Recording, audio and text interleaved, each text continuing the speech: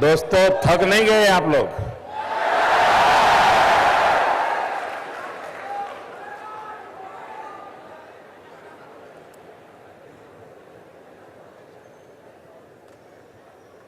कई सारे सवालों के जवाब मेरी बातचीत में आ जाएंगे।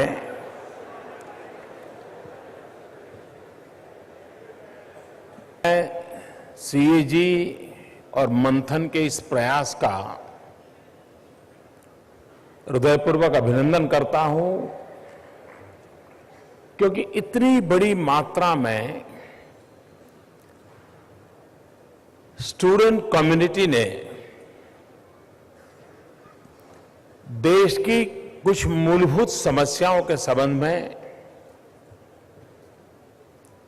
गहराई से चिंतन किया।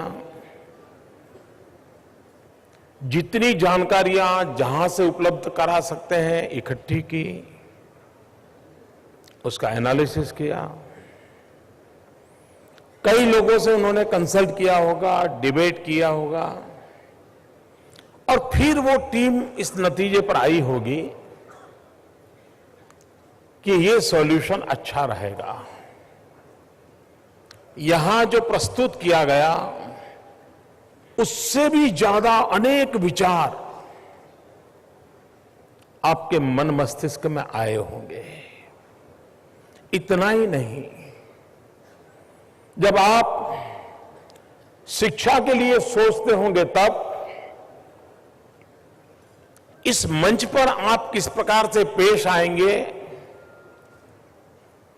जूरी आपको कैसे देखेगी, ऑडियंस कैसे रिस्पॉन्ड करेगा, उससे ज्यादा जब आप शिक्षा पर सोचते होंगे, प्रेजेंटेशन तैयार करते होंगे, तब आपके दिलो दिमाग में वो गरीब बच्चा दिखता होगा, आपको उसकी चिंता सताती होगी। आप जब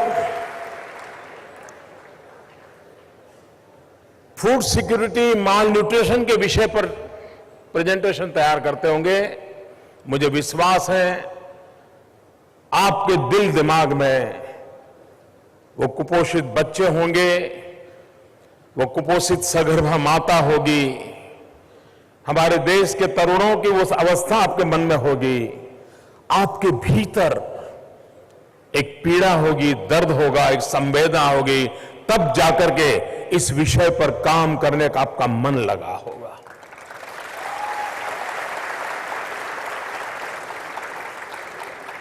मित्रों, जब मैं नॉर्थ ईस्ट का प्रेजेंटेशन से शुरू हुआ, शायद ही दिल्ली में इतने बड़े समूह ने कभी भी नॉर्थ ईस्ट के विषय में कभी सोचा भी नहीं होगा।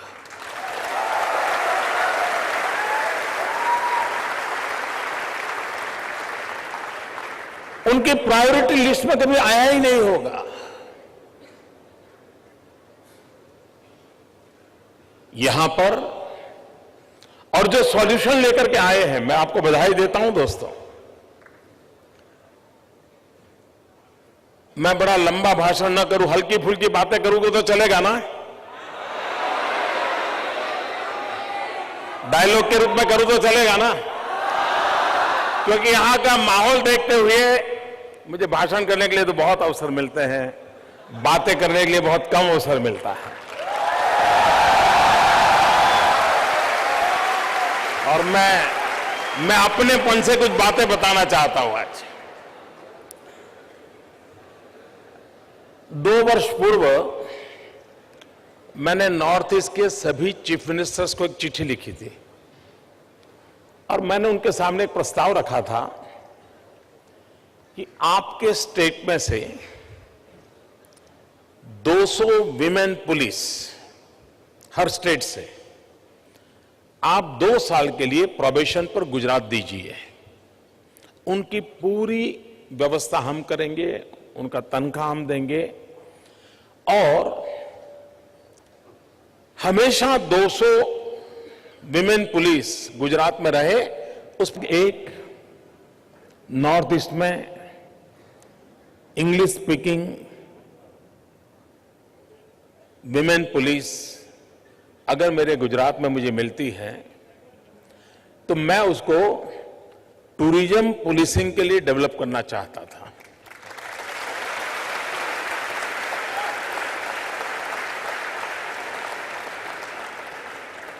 ये नेशनल इंटीग्रेशन का एक बहुत बड़ा अभियान था, क्योंकि नॉर्थ ईस्ट के ऐसे 1500-1600 लोग मेरे यहां रहेंगे, तो उसके स्वाभाविक एक दूसरे के साथ मिलना जुलना, रहन सहन, भाषा, वहां की बातें एक बड़े समूह को परिचित कराती है।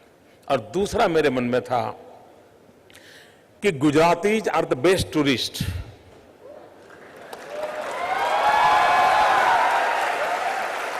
आप कहीं पर भी जाइए, आप 5 स्टार होटल में बैठ करके घर का डिब्बा खोल करके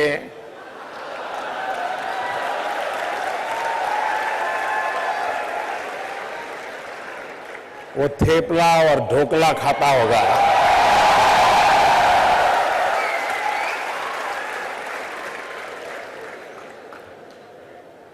तो मेरे मन में सोच ये थी कि ये जो लड़कियां एज ए पुलिस यहां आएगी, उनका जिन परिवारों से परिचय होगा 2 साल में, स्वाभाविक रूप से वे टूरिस्ट स्वभाव के होने के कारण नेचुरल कोर्स में उसके गांव जाएंगे और सहज रूप से नॉर्थ ईस्ट का टूरिज्म डेवलप होगा। यहां हमारे टूरिज्म को वैल्यू एडिशन होगा और वहां के टूरिज्म के लिए एक दरवाजा खुलेगा। ये स्कीम मैंने सभी मुख्यमंत्रियों के सामने रखी थी। और मित्रों, मेरा एक कन्विक्शन है कि टेररिज्म डिवाइड्स, टूरिज्म यूनाइट्स।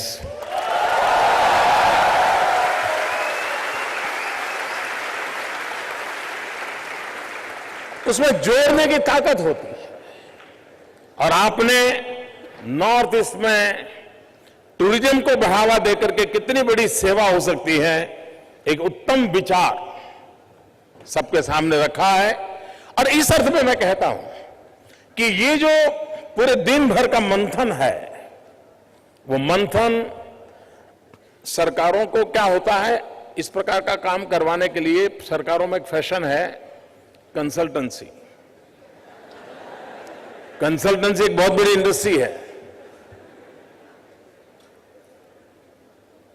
और फिर उसी से वहां से पाया हुआ सरकारों में चलता रहता है। ये एक ऐसा प्रयोग है और एक प्रकार से एक ऐसी शुरुआत है कि पीपल्स पार्टिसिपेशन, पीपल्स इन्वॉल्वमेंट और पॉलिसी मेकिंग में जब जनता जनार्दन का जुड़ना हो जाता है। आजकल नई दुनिया में क्राउड सोर्सिंग शब्द बड़ा प्रचलित है। हमने गुजरात में एक छोटा सा प्रयोग किया था। सरकार में एक सीक्रेसी का स्वभाव होता है। एक टेबल वाला दूसरे टेबल वाले की चीज न देख जाए, इसके लिए भी बड़े कॉन्शियस होते हैं। एक डिपार्टमेंट का दूसरे डिपार्टमेंट को पता न चल जाए, इसके लिए पता नहीं कैसी साइकोलॉजी बनी है, समझ नहीं आता मुझे। हमने कहा कि भाई गुड गवर्नेंस की पहली शर्त होती है ओपननेस इन गवर्नेंस, खुलापन चाहिए। और इसलिए हमने क्या किया, जो ड्राफ्ट पॉलिसीज होती हैं, हमने कहा उसको ऑनलाइन रखो। सरकार में पॉलिसी को इतना सीक्रेट रखने की फैशन है, लास्ट मोमेंट कोई बहुत बड़ा चमत्कार करने वाले उस प्रकार से ले आते हैं और चीफ मिनिस्टर बड़ी प्रेस कॉन्फ्रेंस करेगा और बड़ा तामझाम से प्रेस करेगा। यही परंपरा थी। हमने उस परंपरा को तोड़ दिया। हमने कहा ड्राफ्ट पॉलिसी को ऑनलाइन रखो और सभी स्टेक होल्डर्स को बताओ उसमें उनको क्या कहना है। अनुभव यह आया कि cross section of interest groups वो अपने इनपुट देने लगे। कई बार सरकार में बैठे हुए लोगों की सोच की जो मर्यादा थी, वो मर्यादाओं के बाहर के विषय आने लगे और एक तरफा अगर कोई चीज जा रही है तो दूसरे ने उसको रोक लिया और बाय एंड लार्ज एक समाज का, राज्य का भला करने वाली पॉलिसीज इवॉल्व होने लगी। ये प्रयोग हमें इतना सफल हुआ है कि आज हमें पॉलिसी फ्रेम करने के बाद अभी तक हमें पीछे हटना नहीं पड़ा है। क्यों? जनता ने वो पॉलिसी बनाई थी। ये प्रयोग,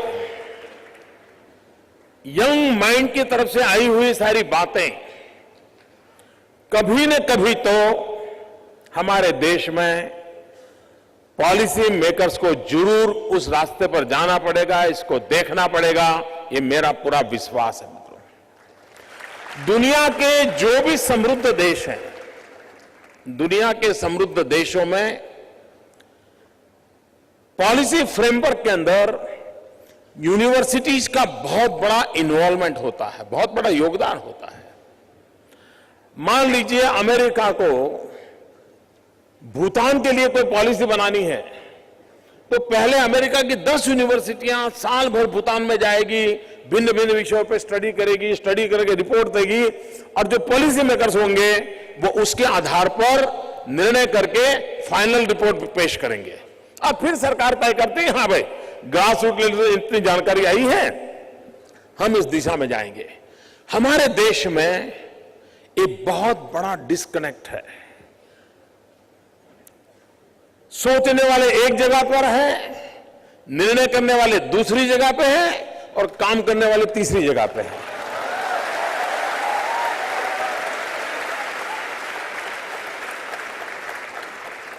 इन सबको जब तक हम एक सूत्र से नहीं जोड़ते हैं, मीटिंग ऑफ माइंड्स, इस पर हमारा अगर बल नहीं है तो ये बिखराव समस्याएं पैदा करता है। अब जैसे हमने एक प्रेजेंटेशन देखा पब्लिक डिस्ट्रीब्यूशन सिस्टम पीडीएस के संबंध में, मुझे प्रधानमंत्री जी ने काम दिया था।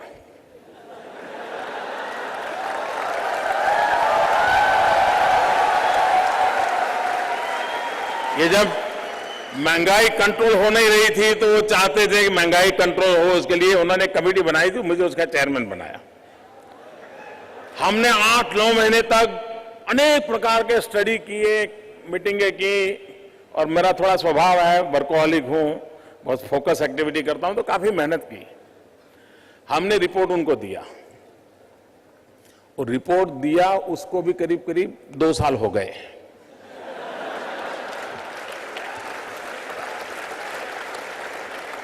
बाकी क्या हुआ होगा मुझे कहने की जरूरत नहीं।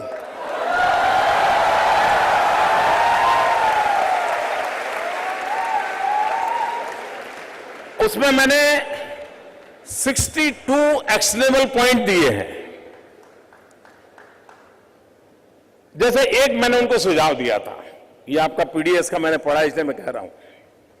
मैंने एक सुझाव दिया था कि फूड कॉर्पोरेशन ऑफ इंडिया, उसको डीबंगलिंग करने की जरूरत है।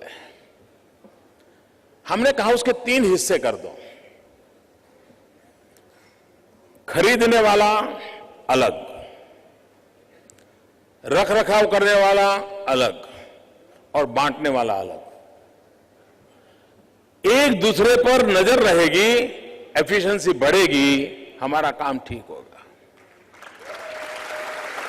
हमने एक उनको सुझाव दिया था कि हमारे पास रियल टाइम डाटा ही नहीं है। देखिए साहब, टेक्नोलॉजी इतनी तेज काम कर रही है, हमारे आईटी एक्सपर्ट अमेरिका का भला कर रहे हैं, सारे दुनिया को नए नए सॉफ्टवेयर बना करके सॉल्यूशन दे रहे हैं। हमारे देश में हमारी खाद्यान्न की स्थिति क्या है, कहां कितना स्टॉक है, कितनी रिक्वायरमेंट है, इसका कोई रियल टाइम डाटा नहीं है। मैंने उनसे प्रार्थना की कि हम टेक्नोलॉजी नेटवर्क खड़ा करें, रियल टाइम डाटा के लिए हम आग्रही बने और तब जाकर के हम तय कर सकते हैं कि किस जगह पे किस चीज की जरूरत है। हमें पता होता है कि ये इलाका है जहां गेहूं का कंजम्पशन ज्यादा है, ये इलाका है जहां चावल का कंजम्पशन ज्यादा है। हम मैप कर सकते हैं कि चावल ग्रो करने वाले इलाके कौन से हैं, गेहूं ग्रो करने वाले इलाके हैं। समय रहते जब लल सीजन होता है, जब अब जैसे बारिश के दिन होते हैं, बारिश के दिनों में हमारे देश में नमक ट्रांसपोर्टेशन कम होता है, सॉल्ट का आना जाना कम हो जाता है। तो उस समय आपकी कई ट्रेन्स खाली रहती है। उस समय अगर आप गेहूं सप्लाई करके कहीं स्टॉक कर देते हैं तो वहां जब गेहूं की जरूरत होगी सुविधा बढ़ेगी। छोटी छोटी बातें हैं मित्रों। कुछ लोग मुझे सवाल पूछते हैं विजन क्या है? ये विजन है।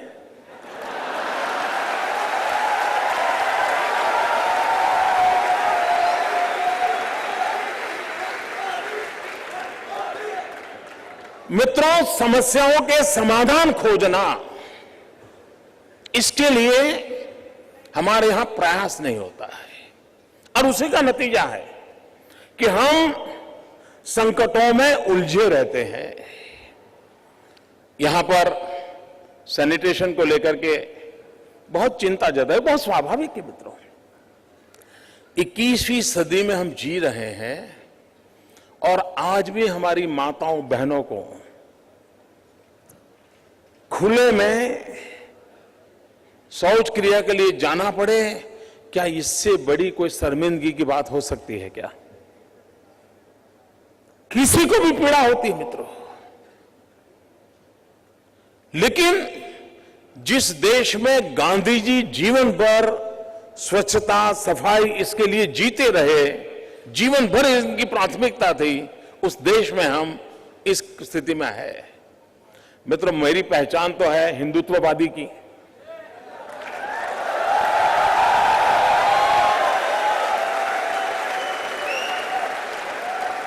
लेकिन मेरी रियल सोच क्या है मैं आपको बताता हूं। मैंने मेरे राज्य में बड़े हिम्मत के साथ एक बात कही है और लगातार कहता हूं। जो मेरी छवि है वो ये हिम्मत नहीं कर सकता है, लेकिन मैं करता हूं। मैं कहता हूं पहले शौचालय फिर देवालय।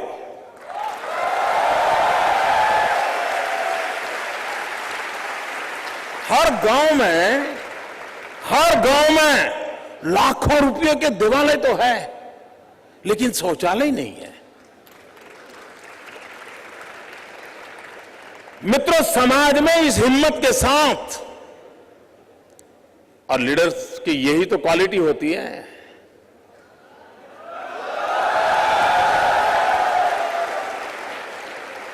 उसमें हिम्मत चाहिए। समाज की कठिनाइयों के समय नेतृत्व करने का, सामर्थ्य दिखाने का, नई राह पर जाने का हिम्मत चाहिए। मित्रों, हमारे देश में आमतौर पर बजट, उस पर बड़ी चर्चा होती है, लेकिन हमारी सीमा आउटलेट तक ही है। जब तक हम आउटकम पर फोकस नहीं कर सकते हैं तब तक हम परिणाम नहीं लाए। और इससे भी आगे हमें क्वालिटी ऑफ द लाइफ में चेंज लाना है तो आउटलेट से आगे बढ़कर के आउटकम पर जाने पड़ेगा, और आउटकम से भी आगे एक कदम और आगे बढ़ना पड़ेगा, और वो है सोशल ऑडिट। जैसे मान लीजिए बजट में तय हुआ कि उस गांव में कुआं बनाना है, आउटले हुआ, आउटकम हुआ, कुआं बन गया, पानी है, लेकिन सोशल ऑडिट होना चाहिए कि सचमुच में इस कुएं के पानी का उपयोग करने वाले लोग हैं क्या, वहां पानी का उपयोग हो रहा है क्या? कहीं किसी कॉन्ट्रैक्टर की भलाई के लिए तो कुआं नहीं खोदा गया।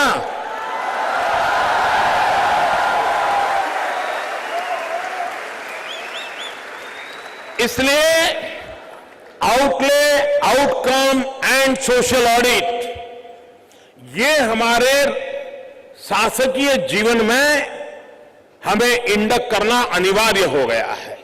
तब जाकर के फैसला सही था या नहीं, सचमुच में लोगों के उपयोग के लिए था कि नहीं, यह हम कर सकते हैं। मैं तो आज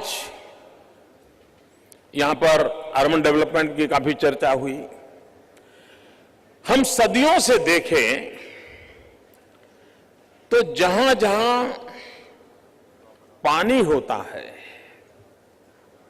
वहां मानव बस्ती बसती है। सारी संस्कृतियां, मानव विकास की यात्रा नदियों के किनारे पर है या समुद्र के तट पे है। बाद में युग बदला और जहां जहां से 6 लेन हाईवे जाने लगे वहां बस्तियां बसने लगी, शहर वहां बसने लगे, बदलाव आया। मित्रों, आने वाले दिनों में जहां से ऑप्टिकल फाइबर गुजरेगा वहां बस्तियां बसने वाली हैं।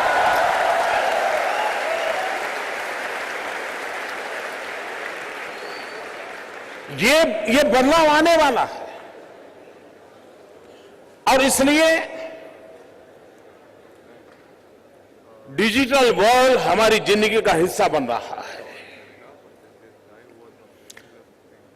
गांव तक long distance education, broadband connectivity के साथ दूर सुदूर हम हमारे बच्चों को अच्छी शिक्षा क्यों नहीं दे सकते। मेरा अनुभव है मित्रों, हम टेक्नोलॉजी का उपयोग करके इस काम को कर सकते हैं। क्वालिटी ऑफ एजुकेशन टेक्नोलॉजी के कारण अब कोई दूर का सपना नहीं है, इसको हम आसानी से उपयोग कर सकते हैं। यहां एग्रीकल्चर की चर्चा हुई, उसमें optimum utilization of the land, इसकी चर्चा हुई। मैं कुछ लिखता तो नहीं था लेकिन बैठे बैठे सुन रहा था, मुझे याद है, इतना मैं बताता हूं। मित्रों, हमारे देश में टोडरमल, इतिहास में कहते हैं कि टोडरमल ने जमीन को नापने का बहुत बड़ा काम किया था। पढ़े हो ना इतिहास? टोडरमल का नाम सुना है ना? इस तरफ सुना है, उस तरफ नहीं सुना है।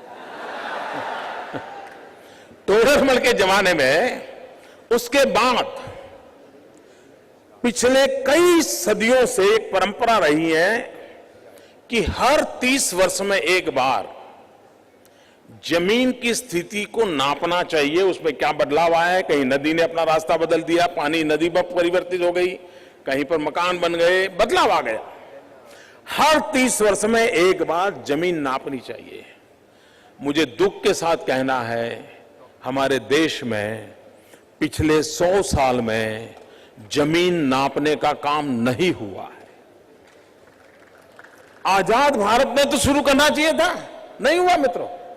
और उसके कारण क्या हुआ है, जो जमीन का किसान मालिक है उसके मन में एक हमेशा टेंशन रहता है कि मेरी जमीन कितनी है, और फिर उसके कारण वो बड़ी बड़ी बाड़ लगा देता है और 2 खेत के बीच में इतनी बड़ी मात्रा में हमारी जमीन वेस्टेज जाती है। इसी एक कारण से, क्योंकि उसको लगता है वो घुस जाएगा, इसको लगता है वो घुस जाता है, और दोनों एक दूसरे को घुसने का बचाने के लिए बीच की सारी जमीन बर्बाद करके बैठते हैं। क्यों न हम खेती को 3 हिस्सों में बांटना चाहिए। अगर हम, जैसे एक सवाल यहां आया कि किसान जो आत्महत्या करता है उसका उपाय क्या, मैं बताता हूं। 3 हिस्सों में बांटना चाहिए। 1/3 रेगुलर फार्मिंग, 1/3 एनिमल हस्बेंड्री, गाय, भैंस, बकरे, ऊंट, मुर्गी, जो भी उसको, फिशिंग, जो भी उसको कर सकता है वो करे, फिशरीज का।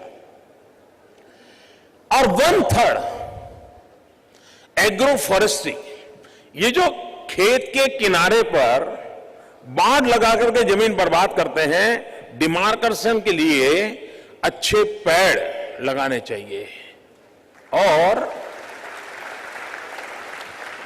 आज अभी Arun Jaitley ji current account deficit की बातें करते थे ना, उसमें एक इंपोर्ट में साहब आपको हैरान होंगे, हमारा देश मकान में उपयोग आने के लिए, फर्नीचर के उपयोग में टिम्बर इंपोर्ट करता है।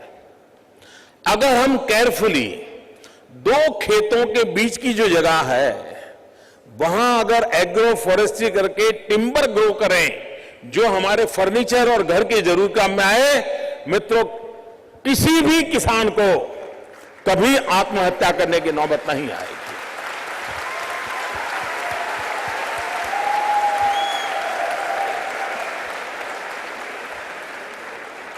हमारा एक और दुर्भाग्य रहा है मित्रों, कभी कभी लगता है हमारा ज्ञान गोल्ड मेडल के लिए होता है, डॉक्टर लिखवाने के लिए होता है, या वो रिसर्च हमारी जो है वो उसका ग्रंथ लाइब्रेरी में रखने के लिए काम आता है।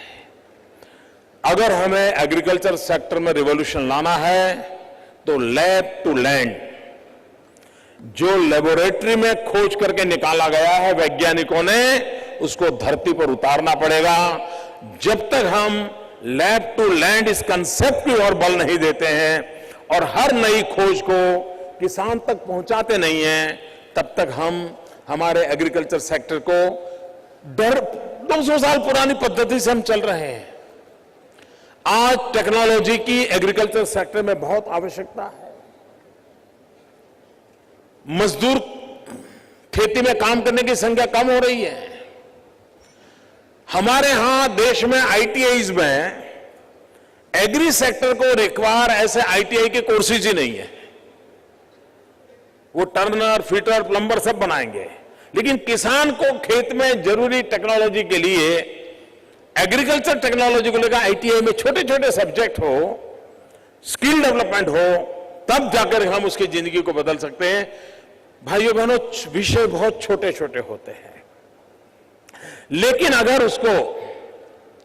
अगर तरीके से किया जाए। अब यहां एक चर्चा आई यूथ एम्प्लॉयमेंट की, किसी एक नौजवान ने अच्छा प्रेजेंटेशन दिया था।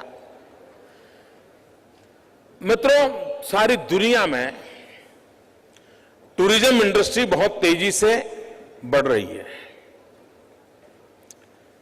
एक अनुमान के अनुसार कहते हैं कि $3 ट्रिलियन के टूरिज्म इंडस्ट्री की संभावनाएं पड़ी है विश्व में। $3 ट्रिलियन एक कोई छोटी अमाउंट नहीं है। मित्रों, हिंदुस्तान इतना बड़ा देश, इतनी बड़ी विरासत, लेकिन हम विश्व के टूरिस्ट को आकर्षित करने में सफल नहीं हो रहे हैं। हॉस्पिटैलिटी इंडस्ट्री को हम बल दें, हम टूरिज्म पर फोकस करें, और जो हम वसुधैव कुटुंबकम की बात करने वाले, अतिथि देवो भव की बात करने वाले, हम स्वाभाविक रूप से कोई अनजान व्यक्ति को भी बड़े आत्म सम्मान के साथ बुलाने वाले लोग, आज विश्व को हम कैसे आकर्षित करें। मित्रों, हमारे नौजवानों के लिए, रोजगार के लिए टूरिज्म सेक्टर में, हॉस्पिटैलिटी सेक्टर में इतनी संभावनाएं हैं, और उसके लिए कोई बहुत बड़ी डिग्रियों की जरूरत नहीं है, बहुत बड़े इन्वेस्टमेंट की जरूरत नहीं है। मिनिमम इन्वेस्टमेंट से मैक्सिमम रोजगार की संभावना ये टूरिज्म सेक्टर में है। अगर इन बातों को हम बल देते हैं, मुझे विश्वास है मित्रों, हम बहुत कुछ परिवर्तित कर सकते हैं। यहां एक सवाल बड़ा मजेदार किसी ने बड़ा तरीके से पूछा, वो स्टूडेंट शायद आगे जाकर के पत्रकार होना चाहता होगा। उसने पूछा, कोई क्रिमिनल कैंडिडेट हो, पार्टी हमें पसंद हो, तो हमें वोट किसको देना? पार्टी अच्छी है लेकिन कैंडिडेट ठीक नहीं, क्या करें? आपका ये टेंशन सुप्रीम कोर्ट ने मिटा दिया है।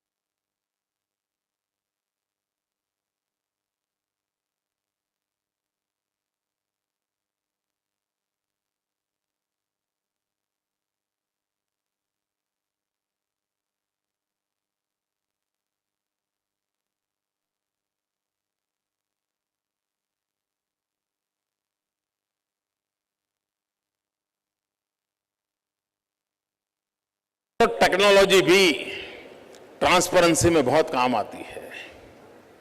मैं यहां देख रहा था आपके अधिकतम प्रेजेंटेशन में ट्रांसपेरेंसी पर बल है। इसका मतलब कि हिंदुस्तान के नौजवान का मिजाज ये गफलेबाजी को सहन करने को तैयार नहीं है।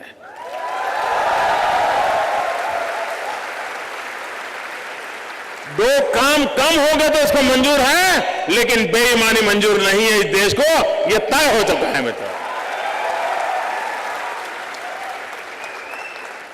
मित्रों, टेक्नोलॉजी भी ट्रांसपेरेंसी में बहुत मदद कर सकती है। मैं आपको एक उदाहरण दूं। गुजरात और महाराष्ट्र, जिस हाईवे पर गुजरात का चेक पोस्ट है, उसी हाईवे पर 2 किलोमीटर दूर महाराष्ट्र का चेक पोस्ट है। जो व्हीकल गुजरात के चेक पोस्ट से गुजरता है, वही व्हीकल और महाराष्ट्र,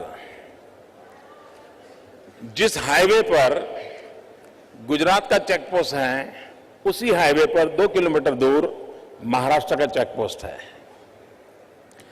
जो व्हीकल गुजरात के चेक पोस्ट से गुजरता है, वही व्हीकल महाराष्ट्र के चेक पोस्ट से भी गुजरता है। जितना रेट गुजरात का है टैक्स, उतना ही टैक्स महाराष्ट्र का है। लेकिन गुजरात की इनकम गत 2-3 साल में महाराष्ट्र से उस चेक पोस्ट पर 600 करोड़ रुपया ज्यादा है।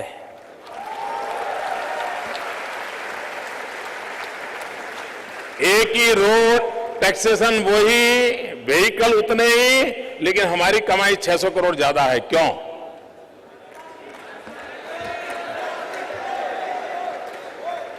मित्रों, हमने टेक्नोलॉजी का उपयोग किया है। ह्यूमन इंटरवेंशन को हमने रोका है। गांधीनगर में बैठ करके हम उस चेक पोस्ट को मॉनिटर कर सकते हैं, कौन आया, कौन गया, क्या चल रहा है। टेक्नोलॉजी का उपयोग ट्रांसपेरेंसी में बहुत काम आ सकता है।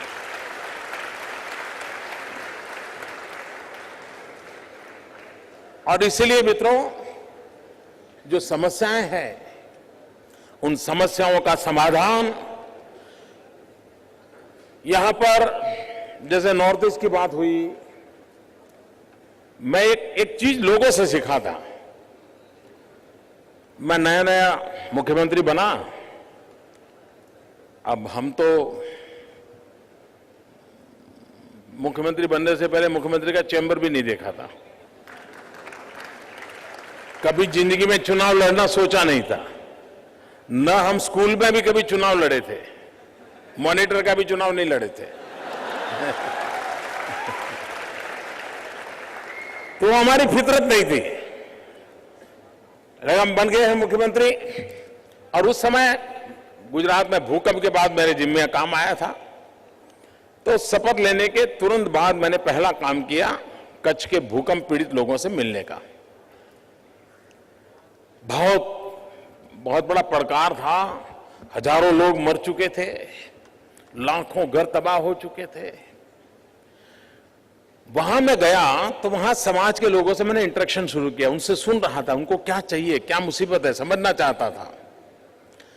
एक इंटरेस्टिंग बात एक इंटेलेक्चुअल ग्रुप से जब मैं मिला तो उन्होंने बताई। उन्होंने कहा, साहब हम तंग आ गए। मैंने कहा, क्या हुआ? बोले, हम पिछले 50 साल से कोई भी नेता कच्छ आता है, कोई भी सरकारी आदमी कच्छ में आता है, तो वो हमारे साथ सीमावर्ती जिला, पाकिस्तान, सिक्योरिटी, यही बातें करता है, वही इमोशनल विषयों पर भाषण देता है, वही अखबार छापते हैं और चला जाता है। वो कहे, मोदी जी कम से कम आप ये सब बंद कर दीजिए। आप ये पाकिस्तान, ये सिक्योरिटी, ये बॉर्डर, ये बंद कीजिए और उसके बाद आप कच्छ के लिए सोचना शुरू करिए, आपको एक नई सोच आएगी। मैं मित्रों रात भर सोचता रहा। सही बात थी। हम जब भी कच्छ की बात करते थे तो बॉर्डर, सिक्योरिटी, पाकिस्तान, यही बातें घुलती थी मन में। मित्रों, उस दिन से मैंने तय किया कि मैं कच्छ की इन बातों से उलझूंगा नहीं, मैं सिर्फ कच्छ के विकास के लिए फोकस करूंगा। मित्रों, भूकंप में पीड़ित तो जिला 2001 में तबाह हो चुका था। वर्ल्ड बैंक का रिपोर्ट कहता है कि समृद्ध देश भी इस प्रकार की कैलेमिटी के बाद उसको बाहर निकलने में मिनिमम 7 ईयर लगते हैं। ये वर्ल्ड बैंक का रिपोर्ट है। मित्रों, गुजरात में कच्छ 3 साल के भीतर भीतर दौड़ने लग गया था।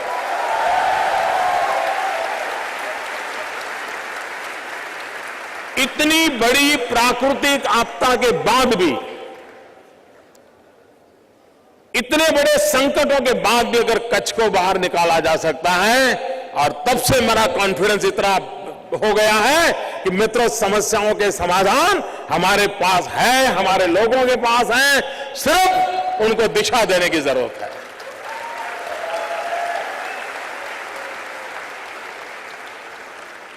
मित्रों, आज देश में यहां पर एक विषय आया कि हम गरीब परिवार से हो, हम राजनीति में कैसा है, ऐसा एक सवाल है इसमें। मित्रों, आप गरीब हैं, अमीर हैं, इन चीजों की चिंता छोड़ दो दोस्तों। एक बात की जरूरत होती है, आपका आप पर भरोसा होना चाहिए।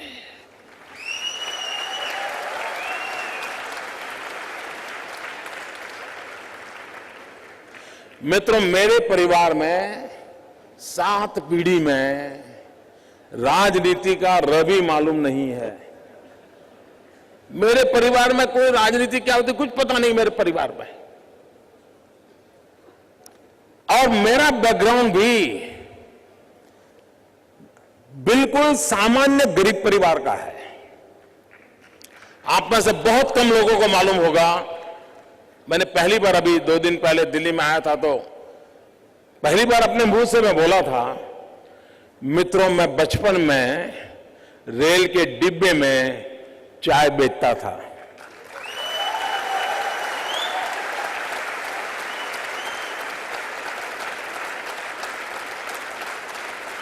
और आज आपके सामने खड़ा हूं।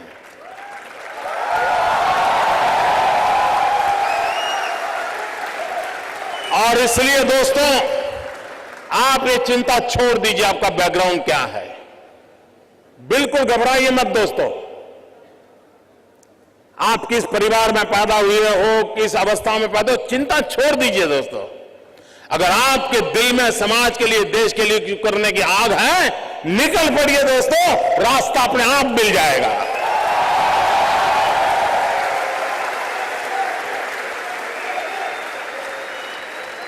लेकिन मित्रों, लेना, पाना, बनना, ये ख्वाब लेके चलोगे तो ख्वाब ही रह जाएगा। लेकिन देने के मिजाज से निकलोगे तो दुनिया आपके चरण चूमने लग जाएगी। ये मैं आपको विश्वास देता हूं।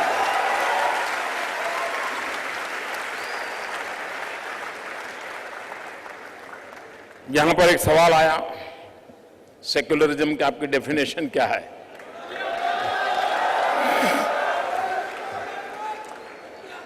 मित्र, हमारे देश में सेक्युलरिज्म की बहुत डेफिनेशन हुई है। मैंने अपनी डेफिनेशन बनाई है, नेशन फर्स्ट, इंडिया फर्स्ट।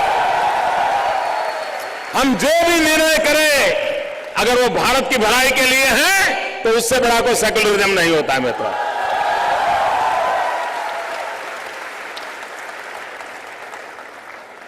सर्वपंथ समभाव, हर रिलीजन के लिए समभाव होना चाहिए। कोई अपना, कोई पराया, ये नहीं हो सकता है। Justice to all, appeasement to none. No vote bank politics. गरीब गरीब होता है, फिर वो मंदिर में जाता है कि मस्जिद में जाता है, गुरुद्वारा में जाता है, ये कोई मायना नहीं रखता है। गरीब गरीब होता है, उसको शिक्षा चाहिए, उसको खाना चाहिए, उसको रहने के लिए घर चाहिए, मां बाप के लिए दवाई चाहिए। ये धर्म होता है मित्रों। और मैं साफ मानता हूं मित्रों, सरकार, उसका एक ही धर्म होता है, सरकार का एक ही मजहब होता है, और वो मजहब होता है इंडिया फर्स्ट। सरकार का एक ही धर्म ग्रंथ होता है और वो धर्म ग्रंथ होता है हमारा कॉन्स्टिट्यूशन। सरकार की एक ही भक्ति होती है, भारत भक्ति। सरकार की एक ही शक्ति होती है, 125 करोड़ नागरिक। सरकार की एक ही कार्यशैली होती है, सबका साथ सबका विकास, नो डिस्क्रिमिनेशन। और इसलिए भाइयों बहनों, कुछ लोगों के लिए सेक्युलरिज्म ये सिर्फ भले भोले गरीब लोगों की आंख में धूल झोंकने का एक छोटा सा हथियार है।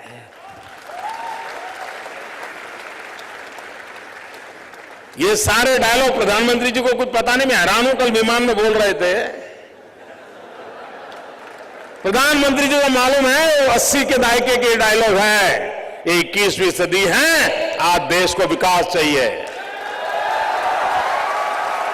नौजवानों को अपना भविष्य बनाना है, गांव को पीने का पानी चाहिए, किसान को खेत में पानी चाहिए, ये लोगों की मांग है। कह दिया उन्होंने, कहते रहो।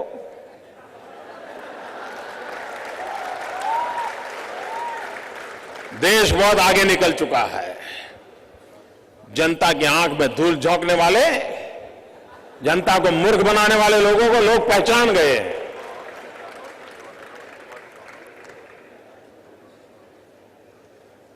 भाइयों बहनों, दुनिया का ये सबसे युवा देश, 65% जनसंख्या 35 से कम आयु की है। मित्रों, नौजवानों की ताकत क्या होती है, मैं एक उदाहरण देता हूं। हमारे यहां गुजरात में पंचायतों के चुनाव में एक समरस योजना चलती है। गांव मिलकर के, बैठ करके, गांव के सब मिलकर के सर्वसम्मति से अपना पंचायत का बॉडी बनाते हैं और बहुत अच्छा प्रयोग चल रहा है। हमारे यहां एक गांव ऐसा है आनंद डिस्ट्रिक्ट में, वहां के गांव के लोगों ने इकट्ठे होकर के तय किया कि हम पंचायत का काम 24 साल से नीचे की आयु को देंगे, बिलो 24। दूसरा उन्होंने निर्णय किया कि बेटियों को देंगे, लड़कों को नहीं।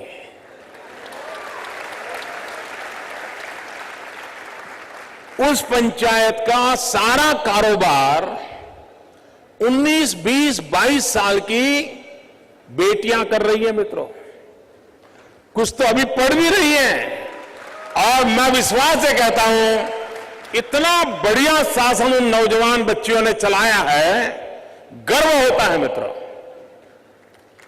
हमारे यहां विमेन एम्पावरमेंट की चर्चा हो रही थी। जब तक हम हमारी माताओं बहनों को आर्थिक सामर्थ्य नहीं देते हैं, अगर उसको सुबह उठते ही सब्जी के लिए हाथ फैलाना पड़ता है, तो विमेन एम्पावरमेंट नहीं होता है।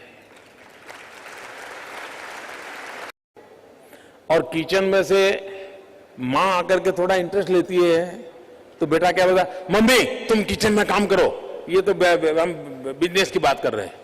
यानी मां को भी अंदर भेज देते। ऐसा होता है ना घरों में, आप लोग नहीं करते होंगे। मित्रों, ये जो सोच है ना, वो सोच बदलनी पड़ेगी, ये सोच बदलनी पड़ेगी। मित्रों, हमारे देश के विकास के अंदर ये 50% जनसंख्या को सक्रिय भागीदार बनाएंगे, देश अपने आप नई ऊंचाइयों को पार करेगा।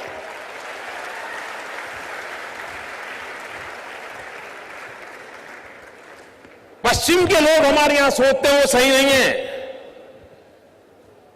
हमारे एक पैनलिस्ट ने कहा था कि हमारे देश में आज भी कृषि क्षेत्र आज भी एनिमल हस्बेंड्री, ज्यादातर अब तो हेल्थ सेक्टर भी एंड एजुकेशन सेक्टर, ये चार पर तो पूरी तरह महिलाओं का ही कब्जा है।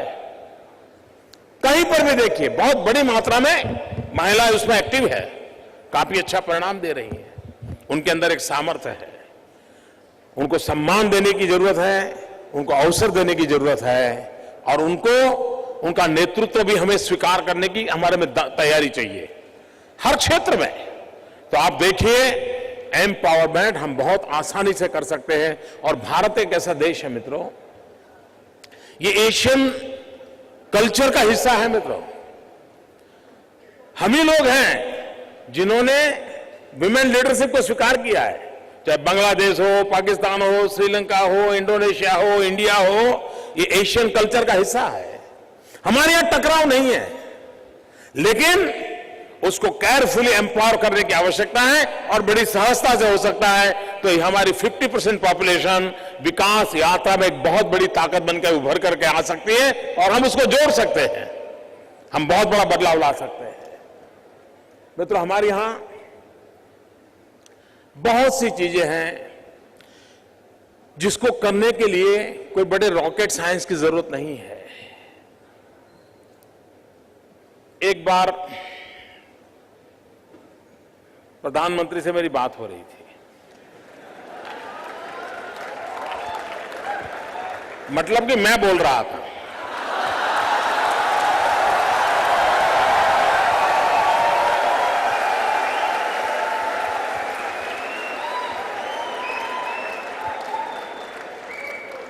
यहां अभी अर्बन ट्रांसपोर्टेशन के लिए बड़ा अच्छा एक नया विचार किडनी टर्मिनोलॉजी कर लेकर के नौजवानों ने रखा है।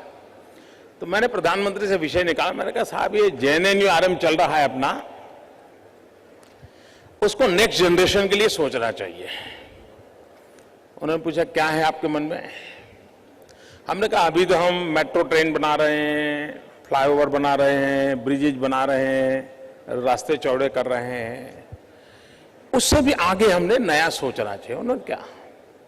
हमने कहा पूरे हिंदुस्तान में हम 500 सिटीज को छांटे और वहां पर solid waste management and waste water treatment, इसके लिए बिल्कुल आधुनिक तरीके से हम काम खड़ा करें।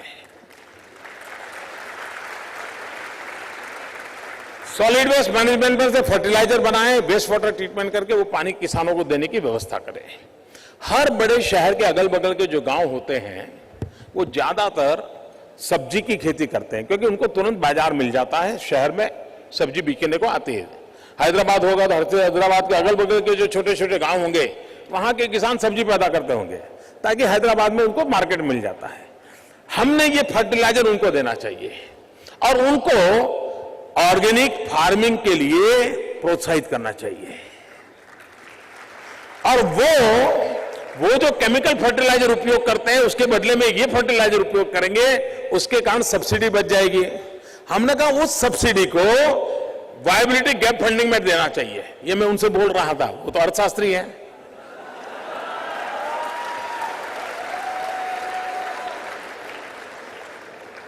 उन्होंने 2-4 सवाल भी पूछे क्योंकि वो प्रोफेसर थे।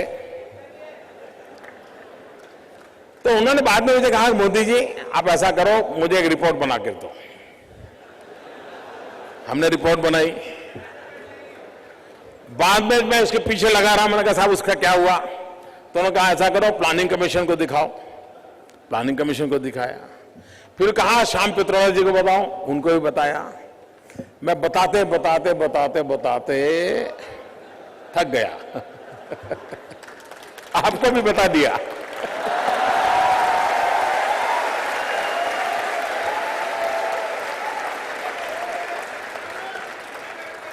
उसके बाद मित्रों हमने कहा ये करें या ना करें, हमने गुजरात में तय किया कि हम 50 टाउन पकड़ेंगे और हम इसके पीछे गुजरात का पैसा लगेगा तो लगेगा, लेकिन हम इसको करके रहेंगे। मित्रों, अगर हमारे शहर हम साफ सुथरे कर देते हैं, नीट एंड क्लीन, हमारे वेस्ट वाटर की ट्रीटमेंट करके उस पानी का उपयोग कर लेते हैं, मित्रों आने वाले दिनों में हेल्थ सेक्टर में हम बहुत बड़ी मदद कर सकते हैं। उसमें जो खर्चा होता है वो भी बच सकता है। न्यूट्रिशन की जो समस्या है उसका भी सॉल्यूशन है, क्योंकि बगल बगल के गांव में से सब्जी सस्ती आएगी। सब्जी जितनी ज्यादा खाएगा गरीब आदमी, न्यूट्रिशन के प्रश्नों के समाधान के लिए वो काम आएगा। मित्रों, एक छोटी चीज को हाथ लगाने से भी अनेक समस्याओं के समाधान खोजे जा सकते हैं।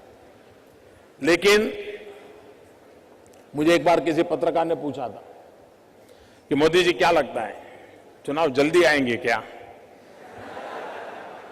मैंने कहा भाई, चुनाव जल्दी आना है या नहीं आना है उसका कोई निर्णय तो करना पड़ता है ना।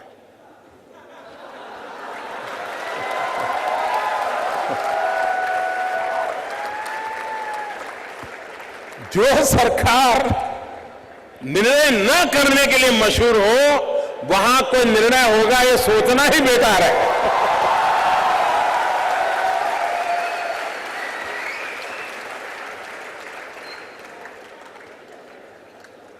मित्रों, लोकतंत्र में हमारे देश के युवा की भागीदारी, उसकी शुरुआत होती है वोटर्स राइट में। मतदाता एक अधिकार।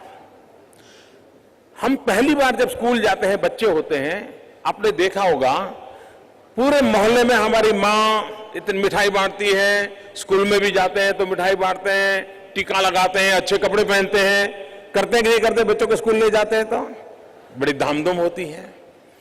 बच्चे की शादी होती है, सारे रिश्तेदारों को बुला करके बड़ी धामधूम से हम शादी करते हैं, नहीं करते हैं?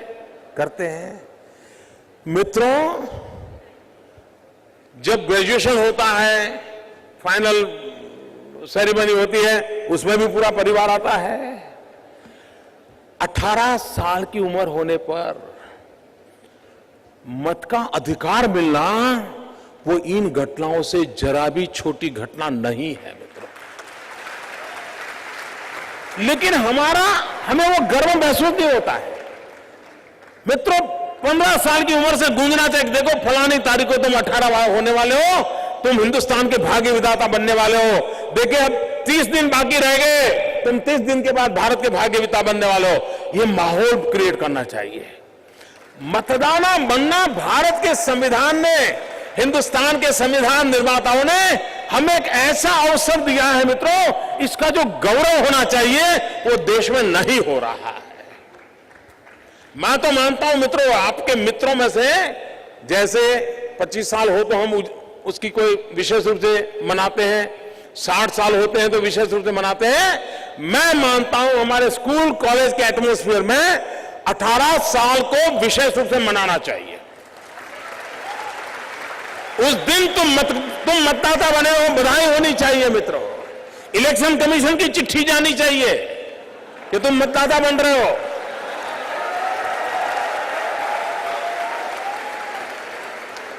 हमने मतदाता एक जीवन की बहुत बड़ी घटना है, बहुत बड़ा सौभाग्य मिला है। मतदाता बना मतलब मैं भारत का भाग्य विधाता बना हूं, ये भाव हमारे भीतर जगना चाहिए मित्रों। मैं चाहता हूं कि सीएजी के माध्यम से सभी यूनिवर्सिटी में ये संदेश हम पहुंचाएं।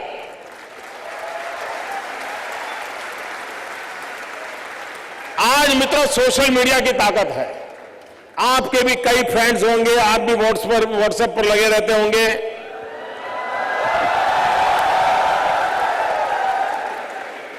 आप तय करिए सुबह उठते ही, मैं मतदाता हूं, क्या आप मतदाता बने? ये सबको मैसेज करते रहिए। मैं तो अभी भी मैं मानता हूं कि हमें जितना लोगों से विचार मिलते हैं, आइडियाज मिलते हैं, वो देश को सही दिशा में ले जाने की ताकत बनती है। आप जानते हैं मित्रों, मैं सोशल मीडिया में बहुत एक्टिव हूं। मैं ट्विटर, फेसबुक पर हर विचार को सुनता, समझने की कोशिश करता हूं। आपके मन में आज तो प्रेजेंटेशन दिया है, लेकिन और भी कोई नए विचार आए और आप चाहते हो कि मैं इसको देखूं, मेरे काम आएगा, तो मित्रों मेरा आपसे आग्रह है, आप इंडिया 272 उस वेबसाइट पे जाइए, वहां पर ओपन डिबेट का फोरम है। आप देश की समस्याओं के संबंध में अपने सुझाव रखिए और मैं आपको विश्वास देता हूं, आपकी वो मेहनत बेकार नहीं जाने दूंगा।